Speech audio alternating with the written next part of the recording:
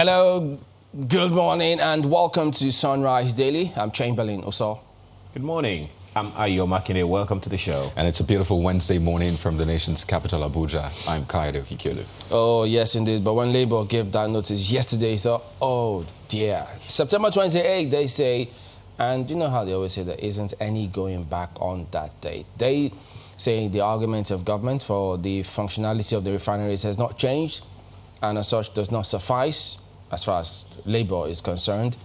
So Labour, NEC, several civil society groups, they say, and other affiliated unions will be joining Labour to down tools on that day because they think, first, the increase in the electricity tariff as well as that of the fuel price hike is unacceptable by Labour.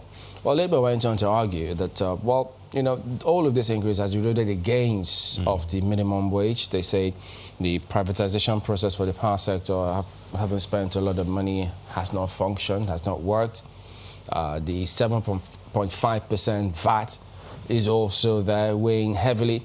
And then there are the bank charges. So you'd wonder, well, yes, there are two key prongs of Labour's argument, but all of these other associated factors, are they... Okay, is it that they're concerned about it? Do they plan to do anything about it? Because, look, for that of the VAT, well, can anything be done? Can they reverse that VAT? VAT? There's an act already backing that up, so you wonder how much. But when Labour says that, well, we privatized the sector, spent about, or at least they bought it for 400 billion naira. And they say government has spent about 1.5 trillion naira on that sector in just 3 years. So they're thinking, did we privatize this or it's just half privatization? Why are we still spending money on it? Exactly. No, but did they factor in, government also has a stake in some of those 40% actually. Not stake. Completely, But when you look at the quantum of money, 1.5 trillion naira, I think, well, yes, government has a stake, but the spending shouldn't be that much. Should they spend that amount of money? Exactly. But what options does government have? Those are the big questions.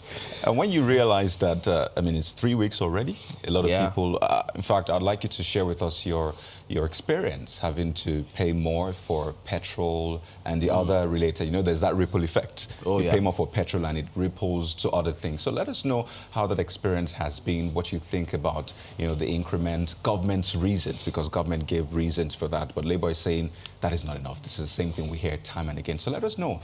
Hit us up on our Twitter handle at Sunrise Daily Now. Tell us your experience, because this will form a major part of the, the considerations, the meetings that will happen between government and Labour.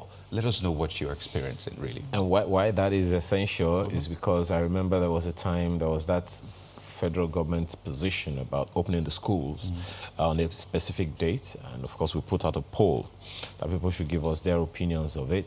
It came back that, look, this isn't the right time for us to do this, and of course, federal government reversed that. But you see, back to the issue of Labour that we're talking about. Yes, Labour talked about the minimum wage, how that you increase the minimum wage, then you are collecting it, through the back door, so to speak, through the increase in the price of fuel, increase in electricity tariff, and all of that.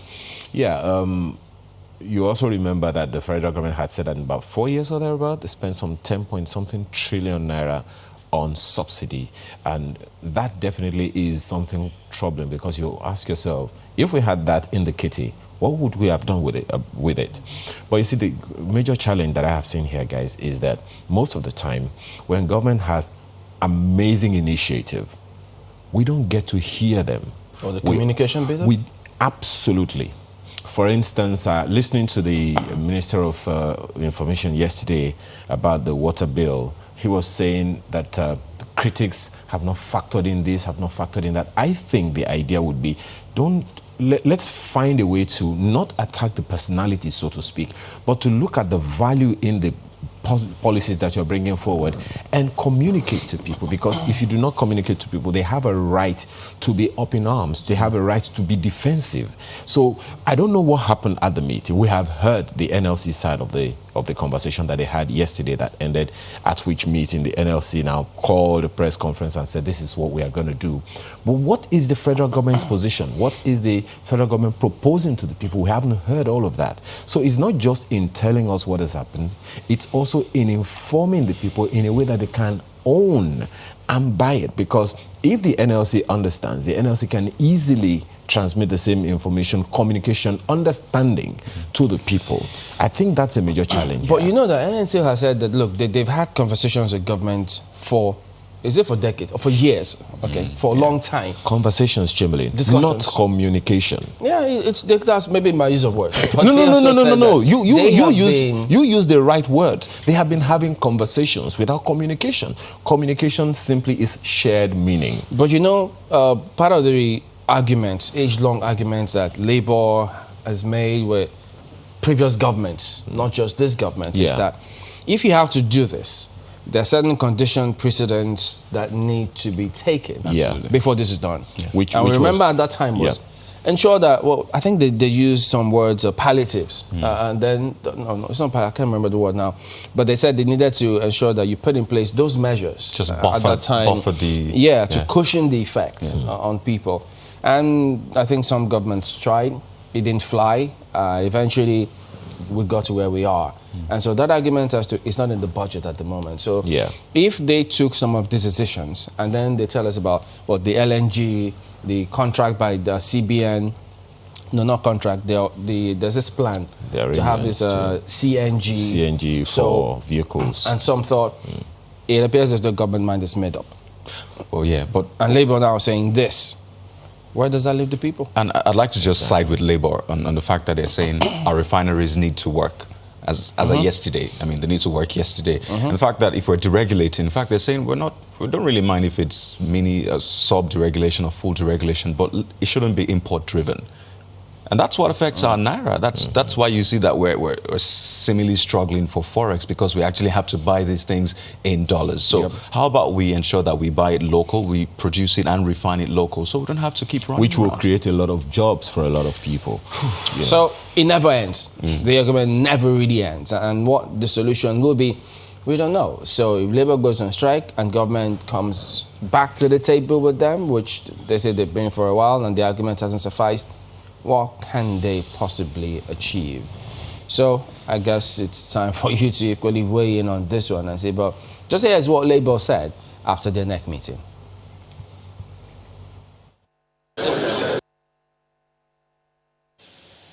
NEC also observed that the privatization of the electricity subsectors 7 years down the line have not yielded any positive results.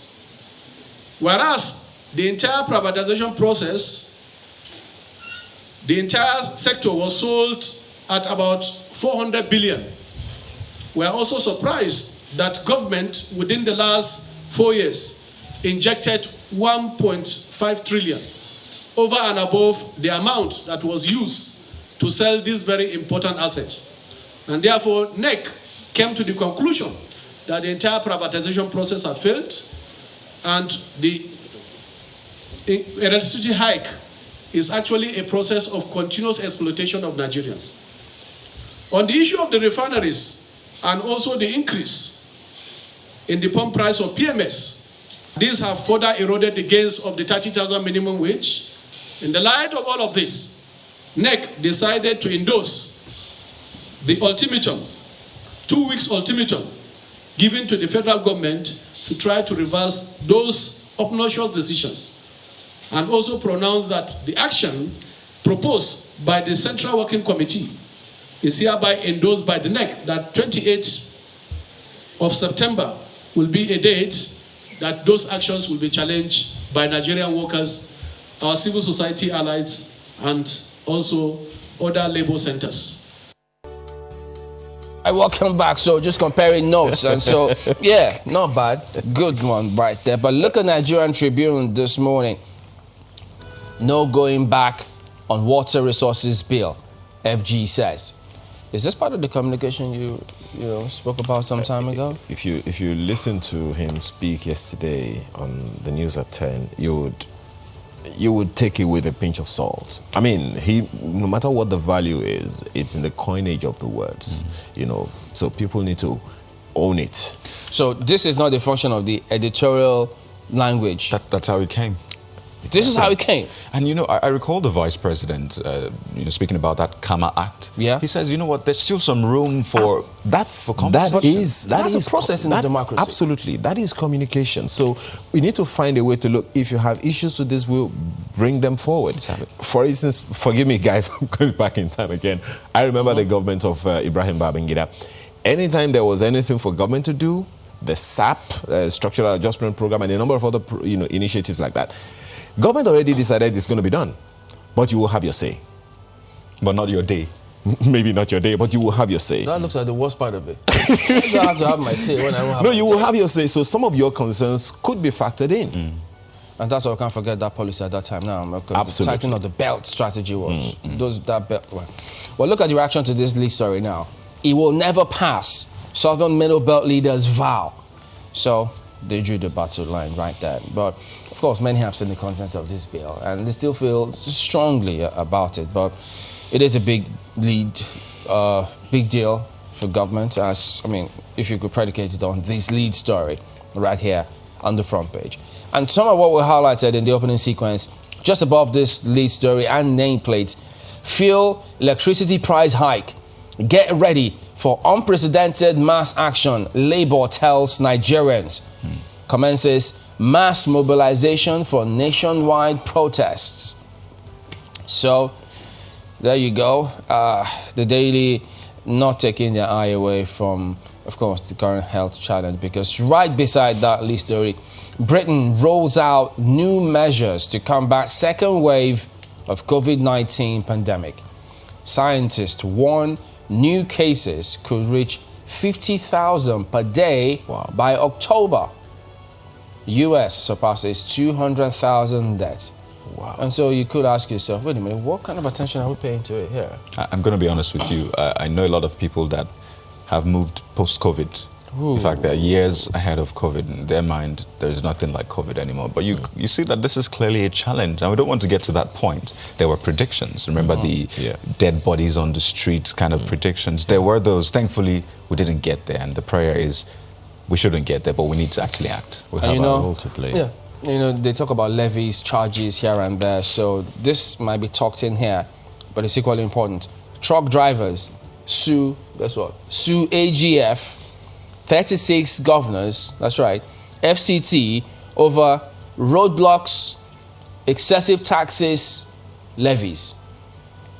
So there's a good side to that. At least they're not blocking the roads, because usually when things like this happen, sometimes you see them blocking mass action. You know, so this is good. I mean, recourse to law. So, look, But then the question you want to ask is, how far-reaching will it be? Will they be patient enough to see the court process through?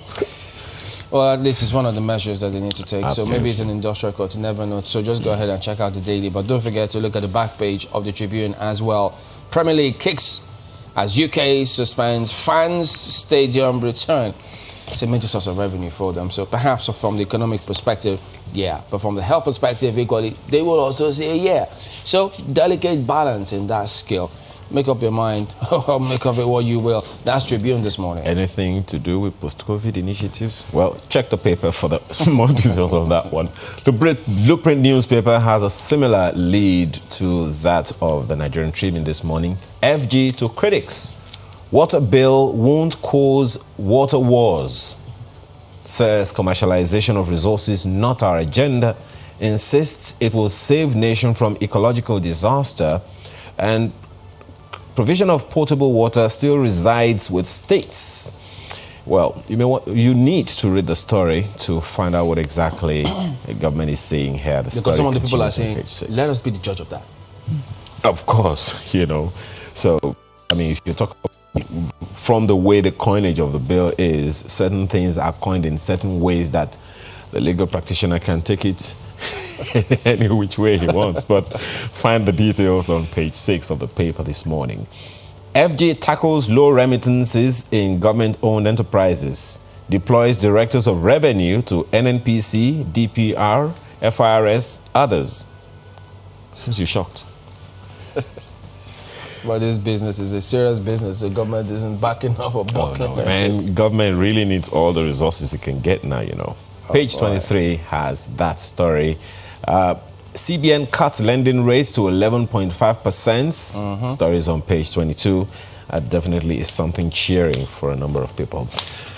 Let's leave it there for the Blueprint newspaper today. We'll take a look at Vanguard. Lead story. NLC TUC strike. Mass protests begin on Monday. By the way, that is this Monday. So you have Thursday, Friday, Saturday, Sunday, then Monday.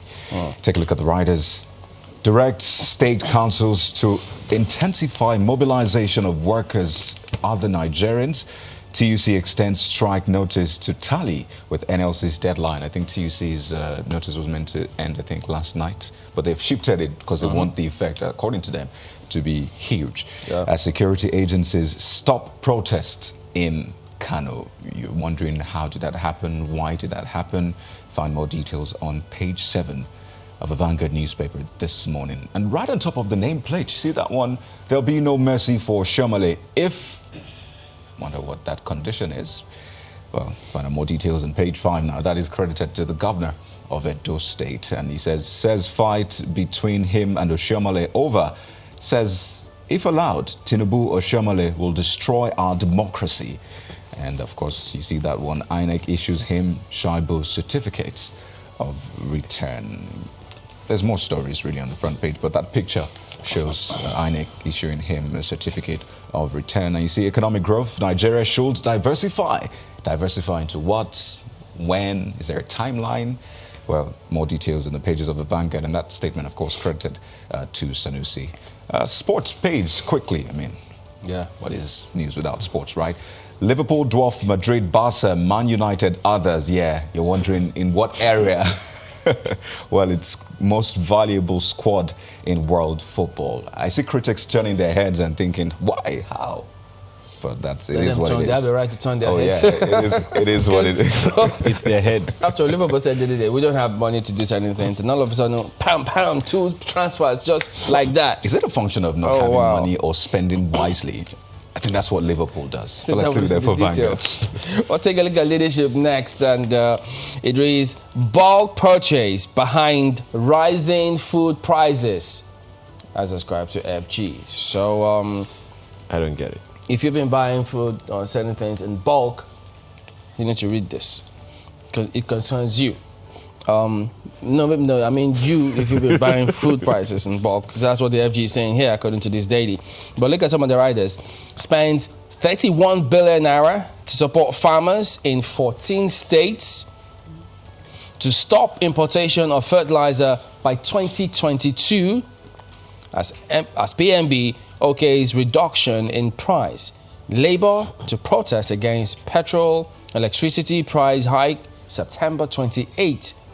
UN commends FG on humanitarian efforts in Northeast.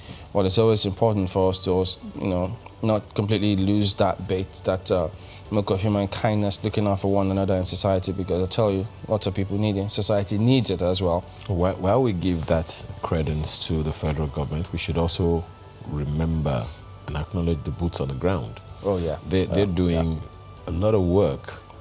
Almost thankless job, if you ask me, because the kind of things that we hear is one thing, whether or not many of the things that they have to go through are not captured on the front pages of the newspapers. But who is listening anyway? Well, yeah, important. And then they also do have PNB will be remembered as father of democracy, ascribed to Obaseki. Perspectives, I tell you. Extends olive branch to Oshomole Izeyamu. Receives certificate of return from INEC. So that's leadership today. Well, The Guardian is also interested in food this morning. And it leads with rising food prices in North send scary signal. You want to find out what exactly that is, the story will definitely continue on page 2. And it has a couple of 2-3 riders. Tougher days ahead unless government tackles insecurity. And, well, insecurity, says Shetima. Teriba blames COVID-19 for hunger crisis and food inflation triggered by herdsmen's killing, says farmers leader. What all of that is about there, it's right there on the front page, continues on page 2 of the Guardian newspaper this morning. And you also want to look at that the second one. Labour civil society groups reaffirm Monday strike. NLC denies scheduling meeting with government. TUC justifies reasons for strike. Subsidy regime unsustainable, says PPPRA. The details of that story you'll find on the front page of The Guardian, continues on the inside pages. Where were they earlier on, all the while? PPPRA. Well, you remember what one of our guests said, that look, PPPRA is one of those institutions created for subsidy. So if they say it's not sustainable? If the subsidy has been removed, PPP why still removed? have, I didn't say that. That's what the question the guest was asking. Why do we have those to watch communication? Watch the communication. Yeah, I mean. Oh, dear. Well, take a look at News Direct this morning. Lead story, rising inflation. CBN reduces interest rate to sustain economic recovery. Retains CRR at 27.5%. Orders banks to cut interest on loans. I mean, a lot of people were looking forward to that. But then some are saying make it single digit. See fixed income markets to see a downward adjustment in yields as coming from analysts. But let me just show you this one. Let me part with this one right on top of the nameplate. Discos must meter electricity customers within 10 days of payment. It's coming from the NERC. So will that be complied with? We'll just wait to find out. That's the News Direct front page this morning. Okay, let's go to Daily Trust. FG takes over revenue custody in NNPC, Customs, FIRS, NIMASA, others. Yep. And then the riders, equally interesting. Government getting less from agencies. SGF Finance Minister, that's ascribed to them. Revenue directors set for deployment to agencies. Temporary measures won't work, says experts. Stop borrowing, ex-Emir Sanusi tells government. So, wow, this is just what you see here. FG approves reopening of varsities. Remember ASU's stance on this one. ASU says, we're still on strike, as far as we're concerned. So, I remember, I think LASU, who knows if they sorted themselves out now, because the last time they tried it, LASU, it didn't happen. At that point, they shot at the VC himself. So who knows what will play out with this one or what ASU's stance would be if all is well at the moment. That's Daily Trust. Well, the Daily Times newspaper says Labour set to compound Nigeria's woes with strike. What a coinage, right? Yeah. That's the lead story. Check the details on the inside pages, page 2 actually. A number of other stories. Legislature carrying knocks National Assembly over delayed PIB, and a number of other stories you'll find there. On the editorial page, retirement bottlenecks choke pensioners. What all of that is about, do pick up the Daily Times this morning. Even in retirement, the bottlenecks? I don't know what the details will definitely be on the inside page. Retirement bottlenecks choke pensioners. Wow. That's all right. it. So there you go. That is it. We'll look at some of the dailies this morning, I guess. Yeah. All right, then. So we're back in a moment. Don't go away.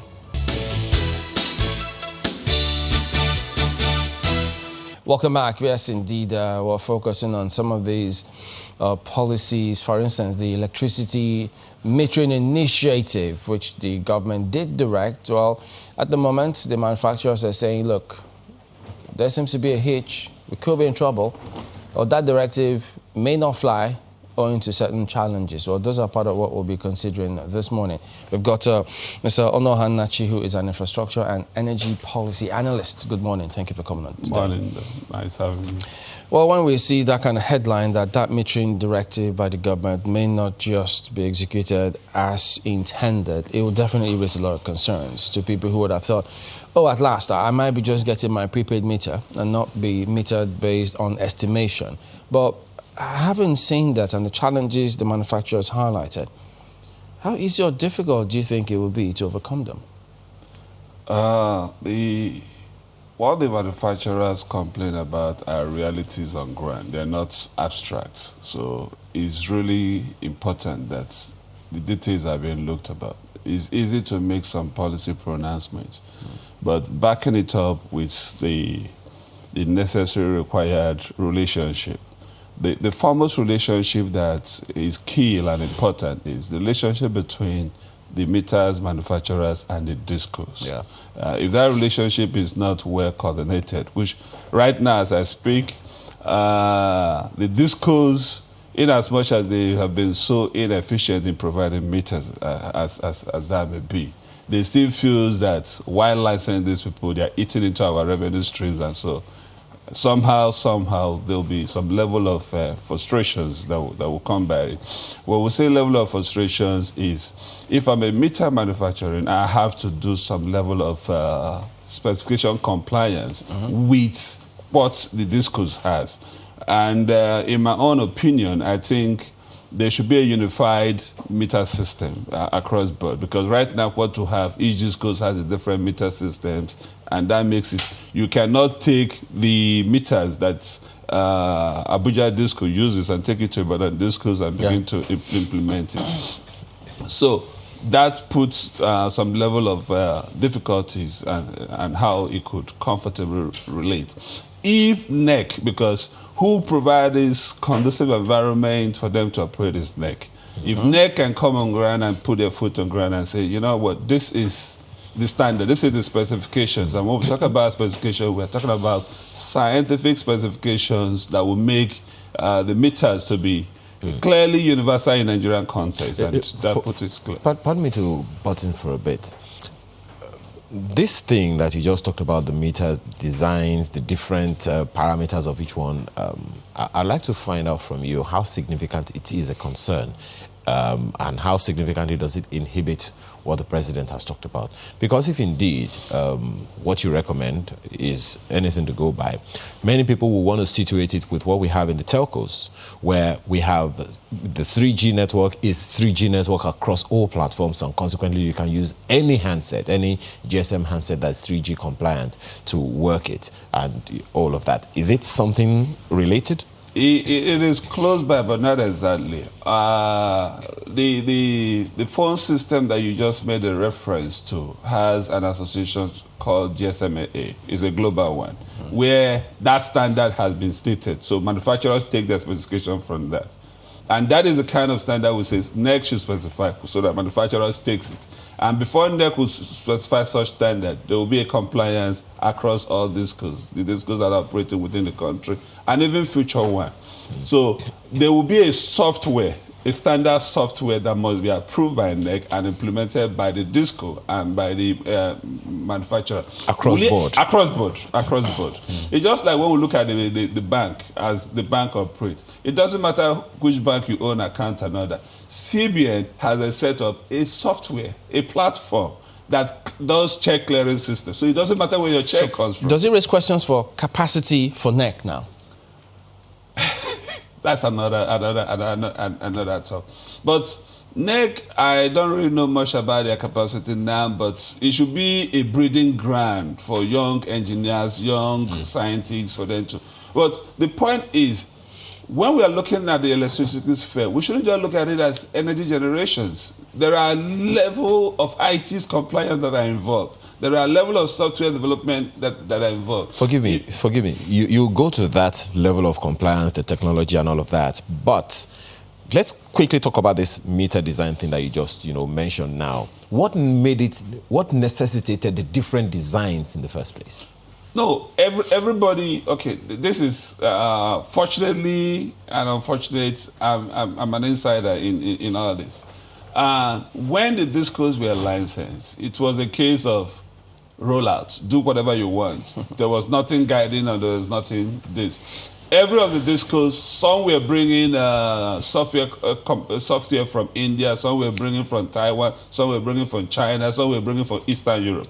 So everybody brought what they needed to run their own operations. And in running that own operations, let's say I have implemented a software called Ogu, and I decide to make Ogun compliance with all my hardware, you have implemented a software called James. James is compliant, but James and Ogun cannot talk to. No handshake. So there should be this API that will make them talk, and that makes it easier. Because if we don't get this, the presidential pronouncement is very lovely, lofty. Can it be backed up? We are not even talking about the financing part of it, which is a different case. But if I could jump in, pardon me, guys. Now, for the president to have made that directive, you'd have thought that he would have been guided by submissions from NEC. That when you give this is where we are, so this directive should be able to work, and all the agencies key into it. Do you get a sense that that transpired? No, not at all.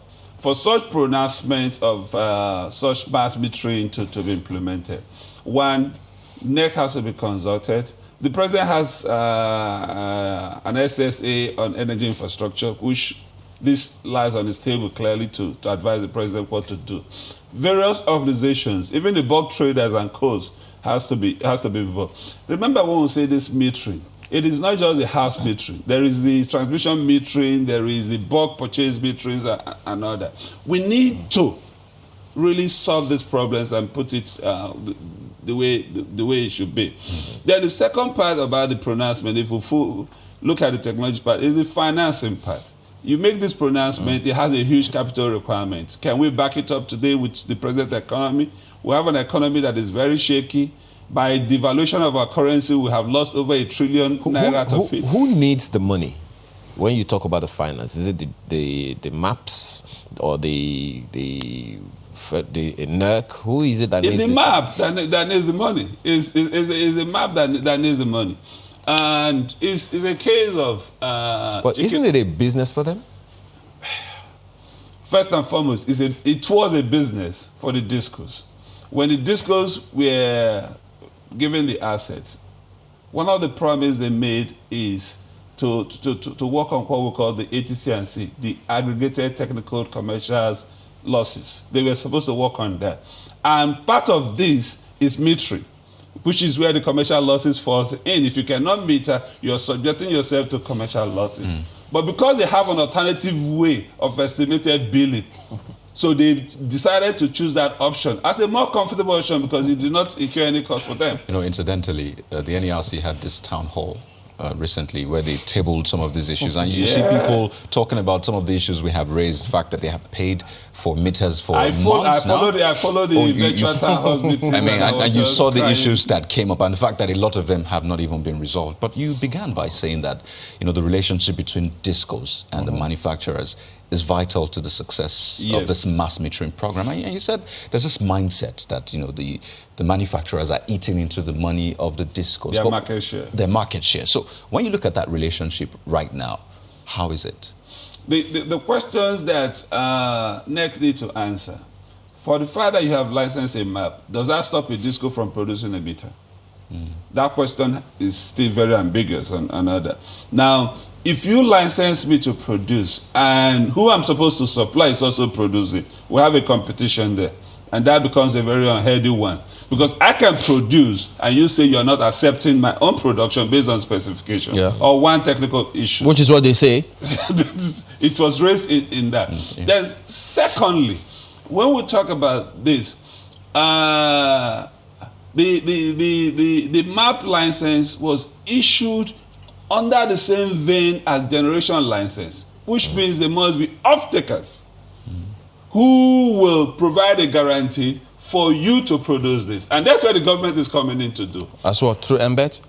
No. Okay, no, that's for electricity itself. Yes. Okay. Now, if you put that into perspective, like the GenCo that I was referring, before you can set up a generation plant, there is a PPA signed, a power purchase agreement, which the embed takes responsibility that if I produce, you must pay me for it, whether you use it or you don't use it. That's how generation is structured. Then the people that have the MAP license say, you know what? We can increase our capacity to meet what pronouncement has been made. But who signs that if I produce, you must take it? So that means, as it stands right now, it's set up to fail as well, because it's not clear-cut. No, it's not set up to fail, but it has an issue that definitely can be comfortably resolved. What I would think the government need to do is set up a committee to resolve the differences. That the committee will focus on 2 key areas that will determine the success: the technical end and the funding end. If these 2 are resolved, then we'll get it. It's not a new thing. The telco resolved it. The banking sector resolved it. So resolving the electricity won't be an issue. Part of that question too is that, at the time that the discos were saying, well, we can accept meters from them owing to certain specifications, the manufacturers then said, look, you say you wanted smart meters, we have smart meters. You said you wanted B, we have this. So the reasons that they gave up until now, do you think that they're beginning to understand each other to ensure that, okay, well, we can actually get this from you?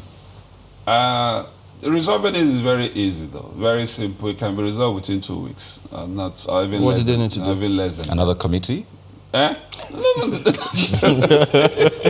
It's not a case of NEC should spearhead it with the SSA to the president, the senior special assistant to the president on energy infrastructure. Put up a meeting, ask every discourse to nominate 2 or 3 people into that meeting. It's a meeting, it's not a committee. Now, give them details. If you're coming from this meeting, please officially submit your metering specifications.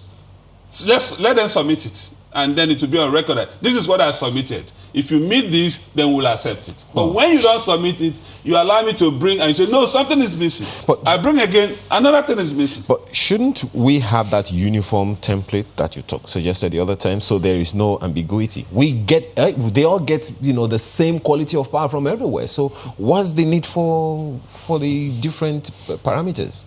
Shouldn't we have that uniform template that you talked about? It's easy to have it. The willingness to have it becomes the second case. What I ask, you have heard me several times on your platforms. I'm not so pleased with the discourse, because when you begin to run away from your responsibilities, if discourse has performed as expected, there'll be no need for MAP. There'll be no need for MAP. MAP is an emergency case to rescue situations. And MAP cannot last forever. When everybody gets metered, what next happens? You understand? Well, the thing about that is, in spite of all of these reasons that everybody has given, are they tenable for the person out there who says, look, I'm sick and tired of this estimated billing. I just want to be billed based on what I consume. So how will people relate to all of this? I'm sorry for the estimated billing. So please react as someone. Clearly, I have a property here in Abuja, in Jebi. You can imagine within the city centers, they cannot give you a prepared meter. And the rather will tell you, we'll give you the one that's, they have this, I forgot what they call it. They bill you at the end of the month, whatever they bill, and say, this is your bill, and you pay, which is also estimated. But this time around, they have a means of saying, this is what you consume, and this is the rate we are charging, and this is what you pay.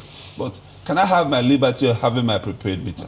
When I charge, I have it. When I don't charge, I don't have it. Why must you force me into this? But this particular issue of metering, in my last conversation in this platform, I said, what is wrong with this chain that the disco is the weakest link, and until they are made to implement what they signed as of the time of the concession or privatization to them.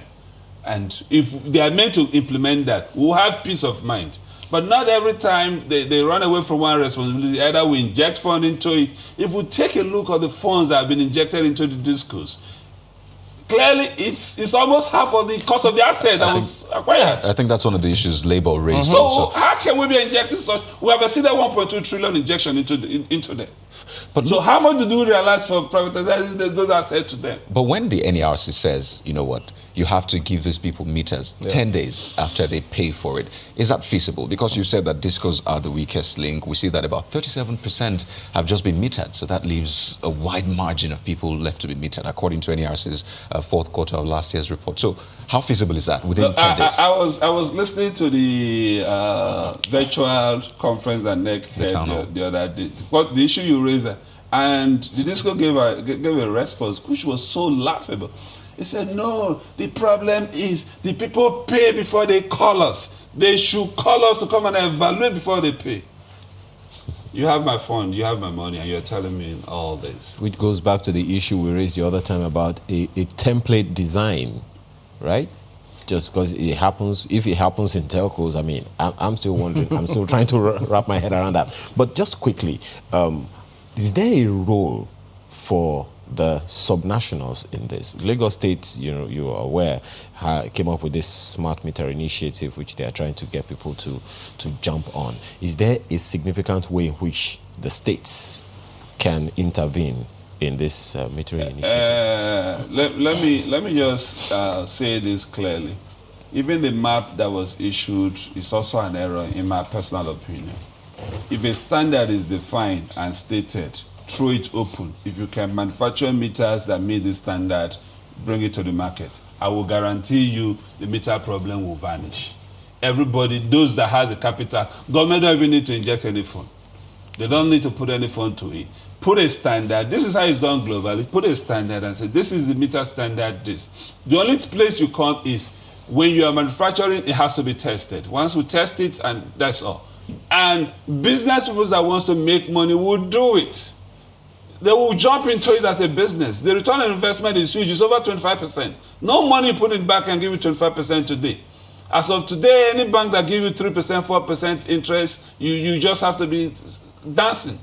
Unless you're throwing the money into crowdfunding issues, then you're good to go. But outside that, no bank can give. So once a general standard is defined and throw it open, whether you're a map or nothing, you will say this thing. All you know is we have some Standard Organization of Nigeria who can satisfy the qualities and all. Those standards will be complied to. And definitely this problem will just vanish. I don't need to come to Abuja Disco to have meter. I only can call them, oh, I have meter, come and install meter in my house. And they come and take it. And once they look at it, they pick the meter, they see Sun card on it, that Sun has satisfied this, they install it. And life moves on. So the issue of government injecting fund in a period where there is scarcity of fund, I just don't understand it. So no intervention. We keep saying, open the environment for private sector to participate, for individual to do business. So no need for states to intervene. What role are they going to do? State can only intervene and they begin to do bulk purchase for their state indigenes and all that. That's the only rule. Or any state that is enterprising in nature can set up a manufacturing plant and manufacture for what his own state will consume at his own rate. But bottom line is standard must be generally agreed upon. Software must be in compliance. API must be integrated and everybody is happy. Well, part of the complaints that they also spoke about is that a lot of some of the components which is going to be used for the local manufacturing of some of these meters have been held up at the port, Lagos port, for over 3 months. And so that was why we were asking, wait a minute, if the president had given that directive, you thought that all the agencies would have been on board and ensure that they work towards fast-tracking that. But if that's what the meter manufacturers are saying, well, unfortunately, we can't get them to let us into how is this possible when the president has given that directive? You just wonder. Let me just speak a little about the port issue. That is clearly we always use our called meter manufacturing in Nigeria. In the actual sense, what we have today. Yeah. I don't know about tomorrow's meter assembly plants. What they all do is to assemble components and do a few integrations, and the meter is up. That's what happened. That is a starting point for technology development, which I encourage. If you can assemble, it means you're on the path that you can begin to manufacture whatever it is. And that is the right thing to do. But when you talk about importations and those things landing, there was a circular I was reading yesterday from CBN about capital inflows and how you use your capital inflows. I was almost shedding tears. If I have a capital inflow, a foreign capital inflow, I have to sell it to the bank or sell it. Hello, where are we heading to as a nation? There are concerns that are really critical. And the port congestions, such pronouncement from Mr. President should also include accelerated clearing for those importing such materials. And once they go land, it should be 3 days. Because we don't need another committee to ensure that these things work. We don't, do we? We don't. Because it appears it's just the various teams that exist to have a meeting and develop a synergy that will really make it work. So, if all the discourse can send 2-3 teams, and with NEC and with few other bodies, and they sit on the table. Assignments, clear. We need a standard specification for our meters. Both smarts, both logical, anything, e-meters, we need a standard one so that we have a compliance for it. So that's...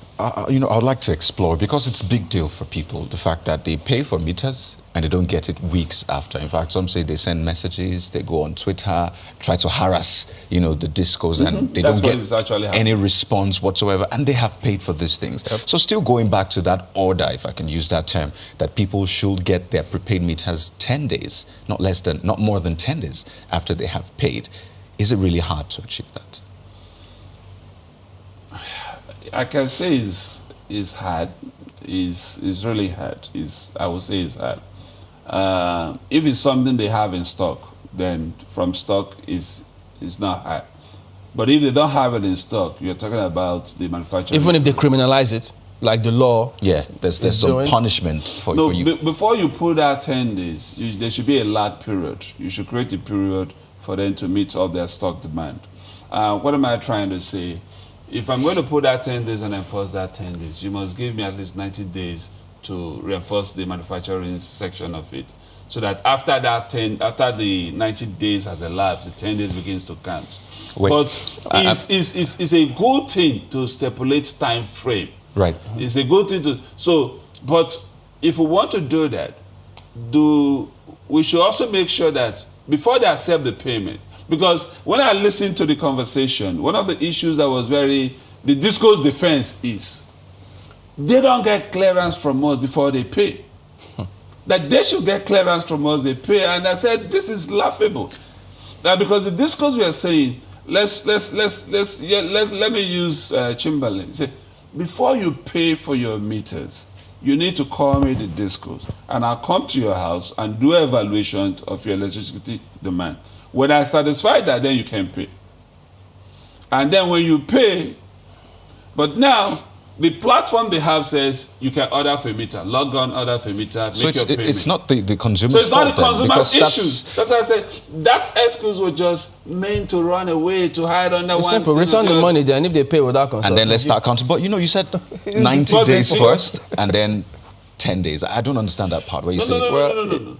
It's a case of giving a lag period for manufacturing.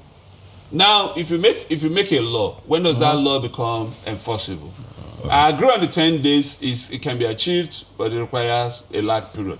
Once we make the law, say this law is enforceable after 90 days, after so and so days, define it.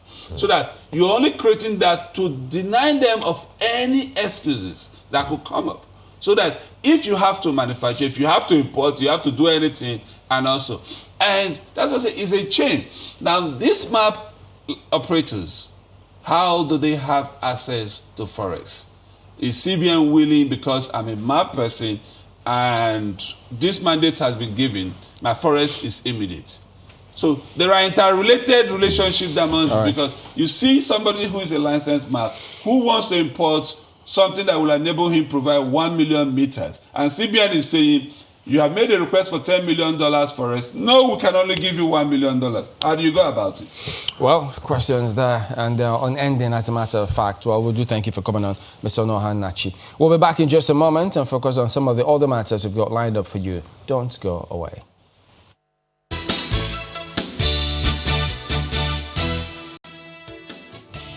All right, then. So for a bird's eye view of what is going on with his campaign, Mr. Eyitayo Jegede SAN joins us this morning, the governorship candidate of the People's Democratic Party.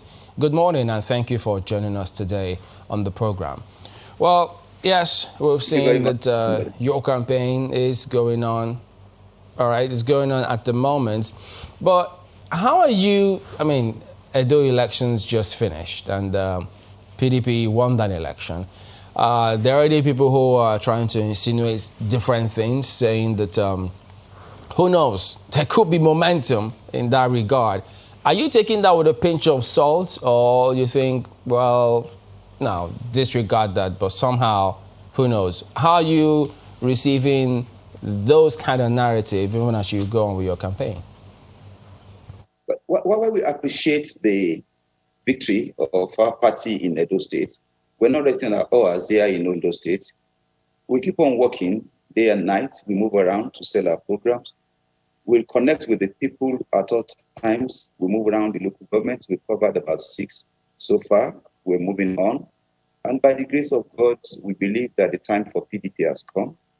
What happened in Oyo State, where the PDP won, with Governor Seyi Makinde, moving to Edo State, where Governor Basiki won under the PDP platform, is going to replicate itself in Ondo State. Not because of the system, but because, again, the PDP is a party that the people are yearning for now, especially given the performance of the present regime in the APC under the leadership of my brother, Governor Akeredolu. So we're hopeful, we're working, and God will help us.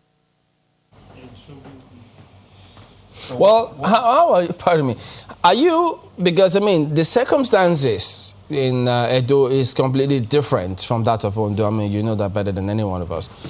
So in that regard, how do you then say that, look, yes, it's going to be the same thing if you consider those factors? Before 2019, you will recall that APC had 3 senators and virtually the members of the House of Representatives. Following the presidential election, and note this one, Chamberlain, one, we were not in control of the federal government. We were not in control of the state government. We were not even in the local government, not in any of the 18 local governments. Yeah, I'm talking in terms of administration now. Despite the seeming prevalence of the APC, we still came out strong at the close of the election. We scored more votes than the APC in the presidential election. In fact, we scored more votes, more margin of votes in APC in the entire Southwest. You will recall again that the 2019 election, we succeeded in having 2 of our senators elected into office. And that's just barely a year ago. And we have 3 members of the House of Representatives elected into the office. This is despite the fact that the President Buhari is in control at the federal level. Governor Akeredolu is in control at the state level. And the 18 local governments was under the firm grip of the APC in terms of the administration, the local government council. We're still able to do well. Now, the point we're making is that the people of Ondo State have seen the difference. They are tired, and I say this with respect, of the antics of the APC. And you recall that the high fees being charged in our universities was brought in by the APC administration. Initially, when we were there, when I was serving as the Attorney General, we insisted that we must open our doors of education to our people. And we did not raise the fee for anything above 35,000 naira per session. When the APC administration came in, the first thing they did was to increase the tuition fees from 35,000 to 150,000, in some cases 200,000. What you have now is that the intake, the number of our students in our 4 institutions has drastically gone down. When you had a good number of our people, thousands attending the university and seeking admission to universities, they dropped. And you have just barely 1,000 or something now. Most of our people are out of school, and our parents are not deaf, they are not blind, they can see what is happening. And that is why it's not too difficult for us to persuade them that we can bring in more things that have to do with the welfare of the people. So it is not about name, it's about policies, it's about the manifesto of the party, it's about what we want to do to grow the economy. And our people are there, quite receptive. My experience so far has been extraordinary. And I'm happy to say that come 10th of October 2020, all things being equal. All things being equal. And I believe things will be okay. Well, we'll win the election. The white margin. Yeah. So some might also argue that some of the issues that are contentious from your perspective in Ondo State now, you were part of it because, I mean, you were deputy governor of the state and supposedly working actively with the governor in the state. So some might be wondering, was there a deliberate action to say, you know what, if you're not going to take it, I'm going to walk away in the future. Is this something you saw coming, or was just something that had to happen? I think there's a mix-up there. I was never a deputy governor. I was the Attorney General and Commissioner for Justice in the administration of Governor Mimiko from 2009 May, and I voluntarily resigned my appointment 7.5 years after I was allowed to serve as the Commissioner for Justice and Attorney General. So it is maybe you're referring to some other person. I wasn't deputy governor, I was the Attorney General of the state. But having said that, let me say this, that the only sense of contesting election is to improve on what... If you were in government and you had all of this counsel that you could offer to the state government, when you saw these missteps, as someone who is interested in the welfare of the people of Ondo State, what were the steps taken by you as a well-intentioned citizen and indigene in Ondo State to help government focus right without necessarily seeking office as governor? Let me again say this. I have not said that there were some missteps on the part of the administration in which I serve. I have said that there are gaps that we need to close. And let me say this. By the strength and the contents of our constitution, the governor is the chief executive of the state. All those who are working in his cabinet are members of the state executive council who deliberate on issues and offer advice. When you offer advice, the buck stops on the desk of the chief executive, who is the governor. And that's the whole essence of this contest. And then whatever you say in the Yoruba palace, they'll say there's only one king in the palace. There might be many chiefs in the palace, but the king is the head. And when you drive a car also, there's only one driver. It takes you to wherever he wants to take you. There might be bus conductors, there might be advisors. If you fly an airplane, there's only one pilot. All those seats in the cockpit, all those who are stewards or hostesses are just there to serve food and to advise and say, put on a safety belt. And they tell the pilot, for instance, that maybe there's a pregnant woman inside the airplane or something, you might wish to just land safely at a particular place. Now, what I'm struggling to say, in essence, and I hope I've made this point, is that there is only one chief executive. There can be only one king in the palace. There can be only one driver of a vehicle. There can be only a pilot when you fly an airplane. So what I'm saying is that we're coming in with fresh, bright ideas to complement what we have done before when we served in the administration of the community.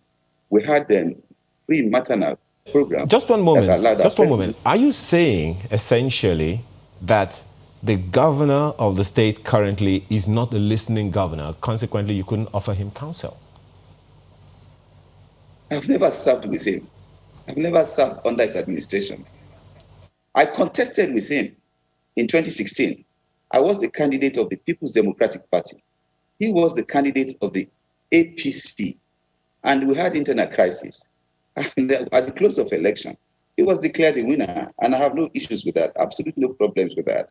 Because I believe that it's fair for the people to have a taste of what is coming in the administration of APC. And they can do a comparison, which is what they have done. I did not serve in Akeredolu's administration. I have never served. I don't intend to serve in the administration. He was my co-contestant. We were contenders seeking the office of the governor in 2016. We were contenders again seeking the office of the tested governor against him. The margin was about 94,000 votes. He won, or he emerged governor with over 94,000 votes compared to what you had. And for a lot of people, they're wondering, what is different now? If you say you're ready to emulate what happened in Edo State, you also know that the incumbency effect played out in Edo State. So in what way are you planning to emulate, and what is different this time around? Well, first, we had the internal crisis in 2016. I was not given the ticket until 3 days to election. All the polling agents in the entire 3,009 polling units in the state were appointed by my adversary in the PDP. That is number one. Number two, I had only 1 day to campaign, even though the people were receptive to our ideas. There's nothing I can do about it. We asked for a postponement. INEC said no, that's okay. Now, if you recall, a few weeks ago, the secretary to government who served in Akeredolu's administration came out openly when he had disputes with his boss. And he said to the entire world that they didn't win that election. that they knew what they did to ensure his emergence. I didn't say that. It was APC stalwart that said that. And those were the truths that came out. Now, going 1,000 miles, 1,000 years, no matter how you hold the truth and you present falsehood, the truth will eventually come out. So I am not disturbed or perturbed by the so-called gap of 90,000, which was the margin between the APC and PDP. And let me say this, if there was anything, it was a combination of the PDP who were opposed to people like us there and the comfort they had with APC that gave them the seeming victory that they claimed to have. And I said before now that in the Atiku campaign, and we defeated APC around fair and square. We have 2 senators. We have 2 senators now as I speak with you. It is only in Ondo State that you have 2 senators under the PDP platform. You don't have it in any other state in the Southwest. And so the indications are there that we will coast to victory by the grace of God. And I said, our people should not be disturbed by the old history. That is history anyway. It's in the past. Well, and I'm just thinking, what do you have to say to people that think you'll have had a better chance if you worked with the current deputy governor of the state who contested against you, incidentally, in the People's Democratic Party primaries, but you, of course, eventually won. And they think now that he's no more in the fold, that may have reduced your chances at governorship seat. What do you say to them? Well, I mean, in fairness to those who make their comments, it will be helpful to have everybody on board, including Akeredolu himself, who had said so many nice things about us. But the truth of it is that in politics, you try to cut friendship of everyone. And I tell you, I need everybody to be on board. We are going to take out APC from Government House. We need everybody, including their own sitting deputy governor, who is the current deputy governor to Governor Akeredolu. The truth of it is that we'll continue to ask people to come on board, to come and work with us, because all of us need to salvage Ondo State from this hold that is being perpetrated by this present regime. I mean, in fairness to Akeredolu himself, he's doing it the way he understands it. He has his own policies. He believes that our people should be taxed heavily. He believes that those who are in university should pay more than they're paying now, notwithstanding as some of us have education. He believed that the pregnant men must pay in the hospitals because they must generate revenue. He believed that, look, you must make people to pay if they are seeking medicals, if they want to have attend facilities in hospitals. We have a different view, completely a different view. And that is why we ask our people that, look, out of the 2 options that we have, take one. Take one. Well, yes, you did ask him to take one, and they chose you. But you polled 888 votes. He had 657 in the primaries. So people would have thought, wait a minute, so if these are the 2 top chaps, why don't you just work together? Why didn't you choose him? Well, again, there are variables, and we considered everything. The truth of it is that he chose to move on to Zenith Labour Party. His ambition, and I say this with all due respect, his ambition is to become the governor of Ondo State on the platform of a political party. The APC, the party that he belonged to, did not offer him that opportunity. He chose to leave the APC because he said, look, I want to be governor. And it's legitimate for him to say he wants to become governor. He came into PDP and said, look, I want to be governor. And it is legitimate for him to say, I want to become governor. But unfortunately, the Congress, the entire people who formed the delegate, said, look, the preference is for us. And after that, he moved on again. He said he wants to be governor. And he went to Zenith Labour, and Zenith Labour gave him a ticket to be governor, to be governorship candidate. And he said, look, he wants to contest. While I wish that a good number of those who are qualified, who will add value to our ticket, would be nominated as a running mates. And there's so many of them.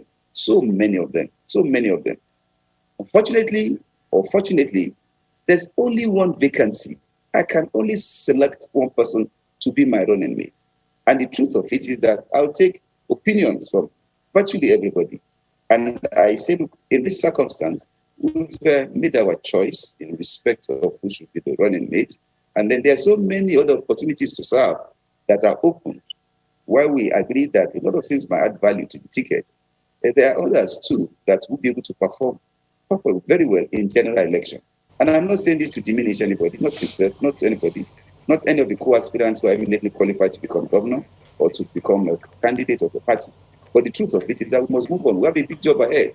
If the essence is to improve on the welfare of the people and make the Ondo State people have a better governance, then it does not matter once a choice has been made.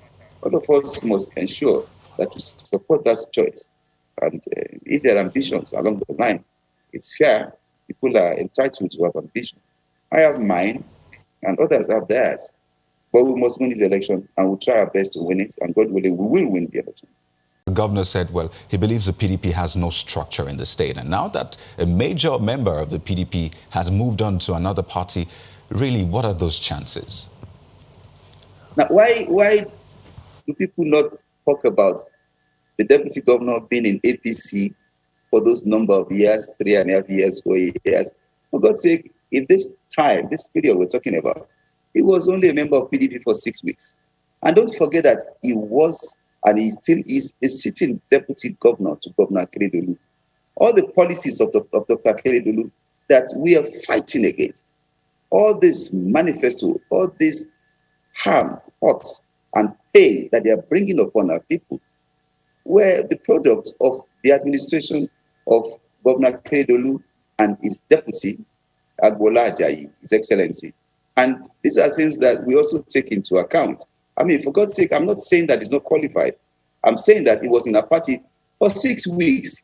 He came in, moved in, and the entire apparatus of government of the office of the deputy governor was also brought to bear in the process of our primaries.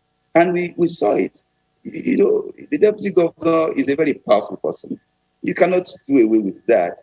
He has the immunity, he has the protocols, he has the sirens to blow, he has the apparatus of the office. This is African politics. There's no way that all those things will not have effect or influence on the issue of candidature or the issue of who wins the primaries. But you must also give me credit. And I hope people will commend us for this. Look, I'm just an ordinary citizen. And went into primaries. And I scored 888 votes. 88 votes out of about 2,000 votes. We have a good number of votes that were invalidated. Well over 50. We have others who were not allowed to vote. We had others who came in to vote after the elections. And look, I don't quarrel with this. I defeated a sitting deputy governor in the primaries from where I humbly sat and where I'm still sitting now. That's fine. And I'm not saying that they're not okay. Look, he's eminently qualified. Okay.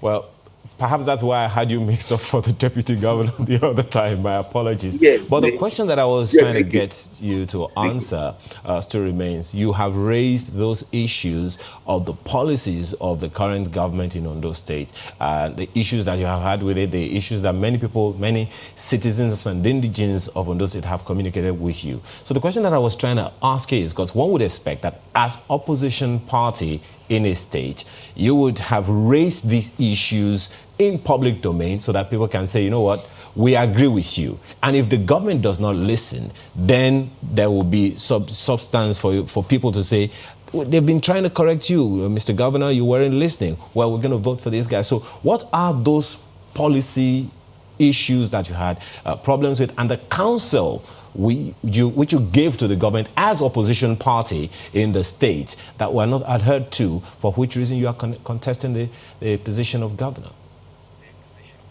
Thank you very much. Look, we raise these issues. We raise these issues even from outside because we believe that our state must have a better administration than this. And it was why we raised the issue of the high fees in our schools in the name of IGR that some 2 months before the election that is coming up, after the primaries, this same government said, in obedience or in compliance with the issues that we have raised, they are reducing the high tuition fees by removing 20,000 naira from the fees they are charging of the 150,000 200,000. And in their belief that 2 weeks before election, they will be seen to have adjusted their position and reduced these high tuition fees. But we said we're going to bring it down back to about what we had when we were in administration, because the consequences for our people is so grave. Go to Adekunle Ajasin University now. The intake has reduced. The number of our citizens from Ondo State who attend our tertiary institutions has dropped considerably. We now have people from other states, from Lagos, from Rivers, who have more funds coming in to take advantage of our qualitative education by sending their own words to our schools here, and then ensuring that those who are from Ondo State do not attend the universities. Look, if you have 4 or 3 in a family attending the university, most of the parents have made a choice to say, look, one should go to school, 2 should stay back at home. You deny them university education. Those who are supposed to be in school, half of them are now riding Okadas because they cannot, in all honesty, pay for that high tuition fees. A good number of them have moved from our state institutions. I think like just say this, the university in Okitipupa, Dr. Gagu's university, and then the medical school we have in Ondo, to go and seek comfort in some other universities. Have it on good authority that a good number of our students in Akungba have gone to Kogi State, for instance, where the state university charges about 45,000 naira. This is not good enough. And it was in response to our cries that Governor Akeredolu said he had reduced it by 20,000. That is not what we're talking about. So we've been. If I could just add this as we wind down, pardon me for jumping in. Well, the governor has said that power will not rotate to the Central Senatorial District until 2032, and that the North District will have to finish its term before it gets to the Central Senatorial District. So all the lofty ideas you've got notwithstanding, how do you reconcile with that position or impression of his? Unfortunately for the governor, he's not the one to decide this. He's a contestant. And when he contested 4 years ago against Governor Mimiko, 4 years ago against myself, he contested from the north. Before then, he had contested. He contested with Governor Mimiko. Mimiko is from the central zone. He's from the northern zone. He forgot to also mention that Dr. Ajasin is from Owo Township. That's where he comes from. And this subterfuge, this clever way of saying that power rotates, then we should forget about election and let power continue to rotate. It's not by inheritance. Neither is it by rotation. It is by election, for God's sake. And the people of Ondo State will decide. And let me say this. I come from Akure Division. I'm from Akure Township. And all throughout this democracy, we've not had the privilege, the opportunity to get into that office, notwithstanding the high political electoral votes that exist in that place. Again, it's because... Well, we have to go to break now, but we'll let you conclude that train of thought when we return in just a moment. Please stay with us. Welcome back. Our concluding moments with Mr. Eyitayo Jegede, the governorship candidate of the People's Democratic Party for the forthcoming Ondo governorship elections. Could you go ahead and conclude your thoughts about how you emerged and what you intend to proceed with? Yes, I was actually on the issue of the comments of the governor when he said that it's not a turn of Akure, it's not a turn of the central. And I say it's not about turn. This is not turn by turn. It's about democracy. It's about the choice of the people. Look, Governor Difarati won the election when this democracy, the new one, came into being. And he defeated Dr. Adagu. He spent 4 years. Adagu came back again and contested elections with Difarati. And he was able to defeat Governor Difarati. Difarati, in effect, spent 4 years. Adagu himself came in there. After winning the elections, he spent his 4 years. And INEC declared him winner when he was going for his second tenure. And fortunately for him, the court pronounced Dr. Mimiko as the governor. In effect, you had at every point in time a good number of our capable and competent contenders contesting for the office. And Adagu spent 6 years. Dr. Mimiko came in and was lucky, with the help of God and the support of the people, to spend 8 years. And as at that time, when Governor Mimiko contested, the last time he contested, It was with the same Governor Akeredolu from the north. He had a choice. He contested the election. Why didn't he say it was the turn of the central? Why didn't he say it was the turn of the north? Why didn't he say it was the turn of the south? At that time, same time, my brother, Olushola also contested from the south. So at every point in time, we've always had somebody coming from each particular senatorial zone, which in any case is meant as a zone for the Senate. It's not for the governor. The governor's constitutes the entire state, the 18 local governments that we have in the state. And I don't see that as an argument that people should respond to. The market woman who is there is not talking about where you come from. It's talking about who is going to perform, who's going to take away their challenges and their problems. So when you hide under the umbrella or when you hide under the pretense that you are from a particular zone, it also shows your weakness. It's only a person who is weak and who is not acceptable that will take refuge in all those ethnic considerations. I don't take refuge in ethnic considerations. I don't take refuge in zonal considerations. I take refuge in democracy. I want our people to make a choice. After all, when I contested the last time with him, Governor Akeredolu, he from the north, I from the central, Olushola from the south, it was a choice that we placed before the people. I would say, look, make your choice.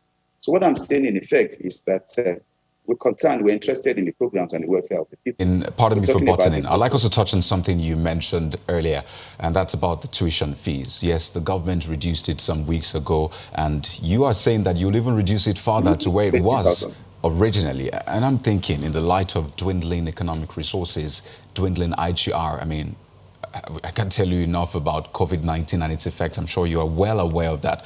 One wonders, where would you get the money to pay? Because clearly the government says the reason they had to do that was to ensure that at least more funds go to the schools and, I mean, to make it competitive across board. So where would you get the funds from in view of dwindling resources? Well, we've always had funds to run this. It depends on your manifesto. It depends on your preference.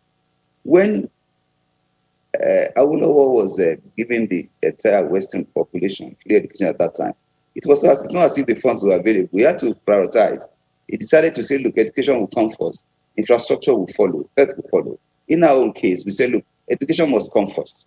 Our people must be educated. And it's been done before. I was in government for 7.5 years, from 2009 to 2016. We effected this policy. We even built additional university in Ondo, the medical school. Agagu built additional university in Okitikupa. And don't forget that Adefarati built a university. It was in the face of this so-called dwindling economy. In any case, when Akeredolu decided to increase the tuition fees and stop our children from going to school, there was no COVID. COVID will come, COVID will go. We're not going to be here forever. And people are already moving. And I tell you, the economy is starting to pick up. So it is not a question of COVID or a question of dwindling revenue. It's a question of choice. The revenue will never be enough. It will continue to dwindle, sometimes to increase. You take your chance. As far as we are concerned, as far as I am concerned, I am interested in having our people educated. I've had the benefit of education. I don't want to deny other people that benefit. Those who are poor, who cannot pay, should not suffer because of their state of economy. There are some things that must be open, that must be general to all of us. And that's the choice the government has to make. Money will come in, we'll plug all loopholes, we'll ensure that we have a good basis in getting revenue from our cocoa. And we produce 40% of the entire cocoa produce in the entire country. COVID has not affected cocoa, as far as I'm concerned. It's a living crop. We'll continue to take advantage of it. There are some other leisure, there are other areas that we can tap in to get revenue. We'll grow our economy by ensuring that we fund all our small entrepreneurs so that they can create employment for our people. We'll get the farmers, have a census of them, and we ask them, what do you need to increase your output? If you're cultivating 10 hectares, we'll ask you to cultivate 50 hectares, and we'll give you funds to do it, and you return the money. In the process, you must employ our people, you must employ our youth. You must also generate the money and create high value for the economy so that we can serve our industries. We'll bring in private entrepreneurs, they'll pay their taxes by God's grace, and you can get all these small funds that will come. Is what we intend to use to run our program, and we will prioritize for God's sake. Education is our priority, and that's where I stand. I will always stand there. I'm not going to say, look, don't let our people go to school because I want to do some other things. Okay, just one more thing. I know you promised so many things, including ending farmers' headers crisis, but what's your, how do you intend to approach resources that lie within states? Because it's a very thorny issue. states want a lot more revenue from the center so they can execute a lot of their projects. What's your thoughts about that? How would you approach it if you were elected? Well, you mentioned the issue of elders farmers clash. I have told our people that all we need to do is to build the infrastructure that the federal government can leverage on by building police posts in some of these areas and building small army barracks, excuse me, in some of these areas. And when that happens, we're able to protect our people. Secondly, we're talking about new areas of revenue. We're talking about leveraging on the southern belt and allowing our people to have the opportunity to take advantage of that belt in terms of its resources, so that we can allow people to come and have holiday. We have the longest coastline in the entire country, in the southern zone. We can turn that place into holiday resorts. We can turn it to where people will come in and will get money. If you pass through or it's a major city in Ondo State, there's no way you can access the north and part of the other parts of the country without passing through Ore. We can turn that place into a new economic hub that will bring in money and comfort for our people. We can generate revenue from our produce, cocoa, and the rest. We can establish small industries. And all these are the angle we're looking at, and other areas where we'll be able to generate more income for the state. And having said all this, it's a question of managing our resources properly. We'll have our books open. Honesty and transparency will be our watchword. And God willing, our people will see this and see the genuineness and honesty in us, and they'll be able to go along with us in executing government programs. Where we have challenges, we let them know. It's not about anything personal. Where we don't have challenges, also. Okay, just could you make this as quick as possible? I know we need to go. What would you do with Amotekun? Well, Amotekun will stay without political influence. It is meant basically to provide security for our people, and that's the way it should be. It's just like any neighboring police. We work within government regulations, both federal government and state government, but we must protect our people. My simple answer is very simple. Right. Our people must be protected. It should not be used as a political weapon to charge at other contenders. All right, then, Mr. Itai Ojegede, SAN, the governorship candidate for the PDP in the forthcoming Ondo governorship elections. Thank you for joining us today, and we wish you all the best. Thank you very much. Thank you. All right, so will it turn out to be the battle of the SANs? Who knows? We'll be back in a moment, and then there's an important matter as well, which we'll talk about when we come back. You don't want to miss it.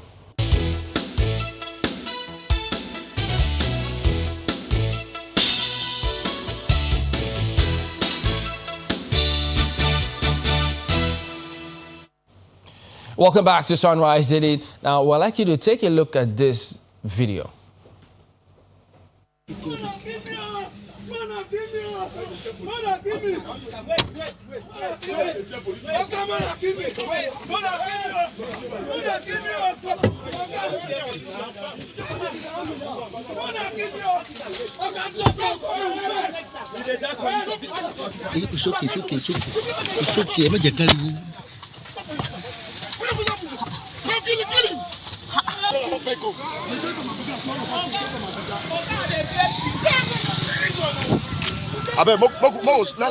So, Mr. Frank Tete joins us now. He's a legal practitioner and he's a counsel he'll tell us, he'll shed some light on what that video that you just saw. Good morning and thank you for coming on today. Good morning. Thank you. Well, yes, we do understand that that involved clearly some policemen, and then you saw the citizen there. So we understand that you are his counsel. So what did he tell you about what happened in that video? Well, that is a very solid video, but it was worse than that. With the current condition that they find themselves now, which is quite critical. I think we should be a bit more specific. When you say they, who are they? Well, all of those persons who were the victims of that police brutality. Well, we've had a history as a country of terrible police brutality. Well, over the years, we've come to see that it's not only a Nigerian or an African problem. Sorry, a bit of background. That was where was it in Edo State? Oh, yes, that was in Edo State, and I wanted to be specific because bad enough that would happen to a citizen, but that is happening. Those things you saw there were happening to staff of the Independent National Electoral Commission on an election duty. the same thing that is supposed to be for these policemen. You know, apart from the fact that these are things that ordinary Nigerian citizens go through every day unreported, this is just by chance getting into video. But this is the culture of law enforcement that we are dealing with. Just a moment.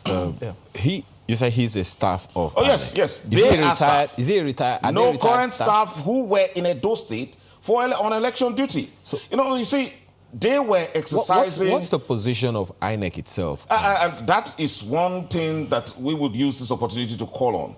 Because when things happen arising out of and in course of employment, the employer should take responsibility. Yeah, how did that happen?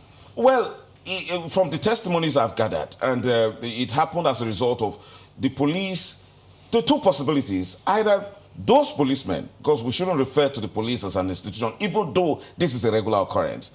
Now, those policemen actually provoked these INEC staff who were in their own vehicle by hitting them first. And they were simply protesting that, why would you hit us? But they were in the first place afraid, and then they drove off. They thought there was kind of hot pursuit or whatever. And then the policemen went ahead to go and stop, and then they stopped them. And for these men, these INEC staff to now ask questions, because it's an enlightened person, what's going on? And, well, they went to the shouting match, and they first of all descended on the drivers of the vehicles. And then the particular testimony which I am working on was to the effect that he decided to record the incident. And when the police saw that, they descended on him heavily and beat all of them with the butts of the gun. In fact, one of them was paralyzed at that moment. One of the drivers was paralyzed. They couldn't move. You know, this is one thing that the police and the Nigerian state must take seriously. We cannot continue to have a culture of impunity with regards to abuse of law enforcement powers. That happens not only with the police, even some soldiers. So this requires. At the moment, he didn't commit any crime whatsoever. Certainly he was not running away from any crime. He was discharging a national duty as a staff of the Independent National Electoral Commission. And one very sad commentary was that one of the policemen said, yes, so when he brought out his ID card to say, but look, we're INEC staff, we were on election duty in Edo State, and we just happened to, in fact, that incident happened in Agbede. They said, nonsense, INEC. I mean, look at the nonsense you did in Edo State. Imagine that. An election that has been widely celebrated by both the winners and the opposition, but some people who felt that they are disgruntled elements, who used to see election duty as some form of gratification, who didn't get that this time, decided to vent their anger on INEC staff. That is unacceptable. So he did ask you, what has it been reported to the INEC? What is their position? To the best of my knowledge, the Independent National Electoral Commission is aware. We cannot preempt what their action will be at this moment. And interestingly, I've always commended the complete response unit of the police force, because it has actually, taken off a lot of burden from us as lawyers when we hear of cases of bail and, abuse of police powers. The complete response unit of the police has actually been informed, and the tracking number has been sent. But that has always been a sort of a way of dousing tension, and nothing happens. We want to see policemen who abuse their statutory powers being punished, so serve as deterrence. We don't see that often. This should be one case that should be taken very seriously, because it not only involves the citizens of Nigeria, but persons who have gone to discharge, national duty, election duty. Interestingly, there's a new act, the Police Act, but we'll get into that. But first, how are they doing? I mean, the victims of this. They're in critical condition, seriously in critical condition. I suspect the particular man who was giving me particular testimony needs to go for further medical attention, because I suspect he has internal bleeding. Because each time he talks, he generates one kind of strange cough. I mean, he was quite well, but you could imagine these butts of the butts of gun. They used butts of gun. The policemen used butts of gun to hit them tactically on the. How many of them? I don't know the exact number, but I have only taken one testimony. But the two drivers were also badly beaten, just like the staff of the Independent National Electoral. You talked about the reaction of the police so far. What has been first of all, describe the reaction of the police that you have gotten so far, and how helpful or not has it been? I think we are dealing with a cultural problem. a problem that has to do with the national psyche that resolve all things. Just keep quiet about it when the authorities are at fault. So I understand that a police officer in the rank of a commissioner of police has reached out to this victim, asking him to calm down and that they will take care of expenses that they have incurred. At the time they stopped at Auchi hospital, a hospital in Auchi, to get immediate medical attention, they spent close to 100,000 naira, their own money, in treating themselves. I mean, getting the so you say that the police has begun to intervene.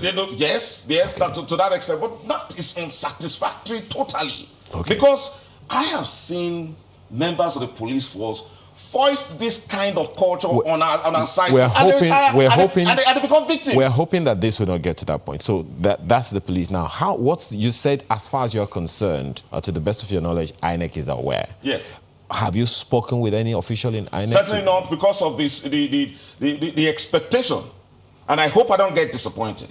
The expectation is that INEC should take this seriously up with the presidency. Because well, perhaps with the Inspector General of Police first or before the presidency. We are talking about election that held in Edo State that is marking a turning point in moving away from violence and rigging, and with the abuse and misuse of law enforcement powers. Only for INEC staff to now be to now form the story of victimization and brutalization by the police. So we will call in immediate for an immediate and urgent investigation and a report to that effect. Well, we will see to the extent of adequate compensation for all of these persons who have suffered. But we expect that the Independent National Electoral Commission would show that it takes the welfare, the security, and the life of their staff very seriously. You know, interacting with the police, have these officers been identified? Well, in addition to the communication to the police, they have. In an attempt to shirk the responsibility, because who is supposed to conduct an investigation? Not the lawyer, not the victim. The police saying that, but it's difficult to, identify this policeman. What are you talking about? When we have the privilege of a video evidence, and when we even have a Nigerian police that is supposed to be sophisticated enough to, without all these pieces of evidence. Did you submit these numbers to the complaints unit? This is a very, very, relevant evidence. You don't need much. The police needs to do its job. One thing is that, the police authorities should be tired of this constant barrage of, negative publicity that it gets because of these men who I think that are in constant need of psychiatric tests in every 3 months. Because you can't be holding a gun and act in that manner. And that happens all the time. It's a matter that demands some form of national emergency in response. In the light of the new Police Act that was signed by the President and seeing what played out here, it would appear as though not all of them got the memo. You see, before this Police Act, we've had a very robust Nigerian police code, on human rights. And this one was also particular about human rights. Yeah, of course. Yeah. So it was just reinventing the wheel. We've had, because the police code, the police code before now, makes a very robust regime for human rights enforcement. I've done some work on that. Apart from the abuse of law enforcement, firearms, you find that the police prides itself as, the protector of human rights, and so it should be. So when we see this kind of, culture, and I keep emphasizing culture, because even the citizens have come to accept this as a norm. Okay. You will even look at social media influencers and Nollywood producers, they reinforce this kind of terrible mentality that the police can brutalize. That's why people procure police sometimes to deal with their enemies. And that's wrong. We must change it. We have just about 1 minute or thereabout to go on the program now. But so what would you be calling for now? You said you haven't made any representation to INEC, and one would expect that would probably have been a priority, take it to the employer of these fellows and see what the employer is saying. The presumption is that the employer is more interested in its employee than I am as a counsel. So I give it to INEC that it has been aware, it knows exactly what to do. I shouldn't be that preemptive. I would expect that INEC will come out with a statement, but beyond the statement, INEC will take this matter very seriously with the Inspector General of Police, and if it doesn't get satisfied, for the future protection and respect for those of staff who carry on national assignment. This particular one, a successful one, they want to the credit of this country.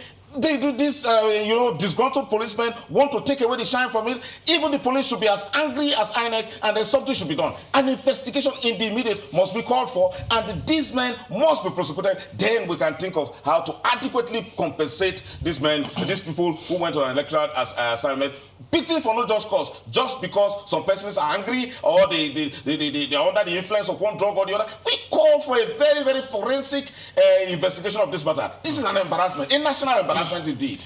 So will the new Police Act 2020 begin its tests with this kind of cases? Who knows? But we do thank you for your time, and we hope that all of these issues are sorted, addressed, and we see to put an end to these kind of issues. Well, thank you for coming on this morning. Always my pleasure. Frank Tete, a legal practitioner. Well, there you go. That is the show today. We thank you all for watching. We'll see you again tomorrow. I'm Chamberlain Oso. I'm Kayode Okikiolu. And I'm Ayo Makine. Have a wonderful day, and please keep safe.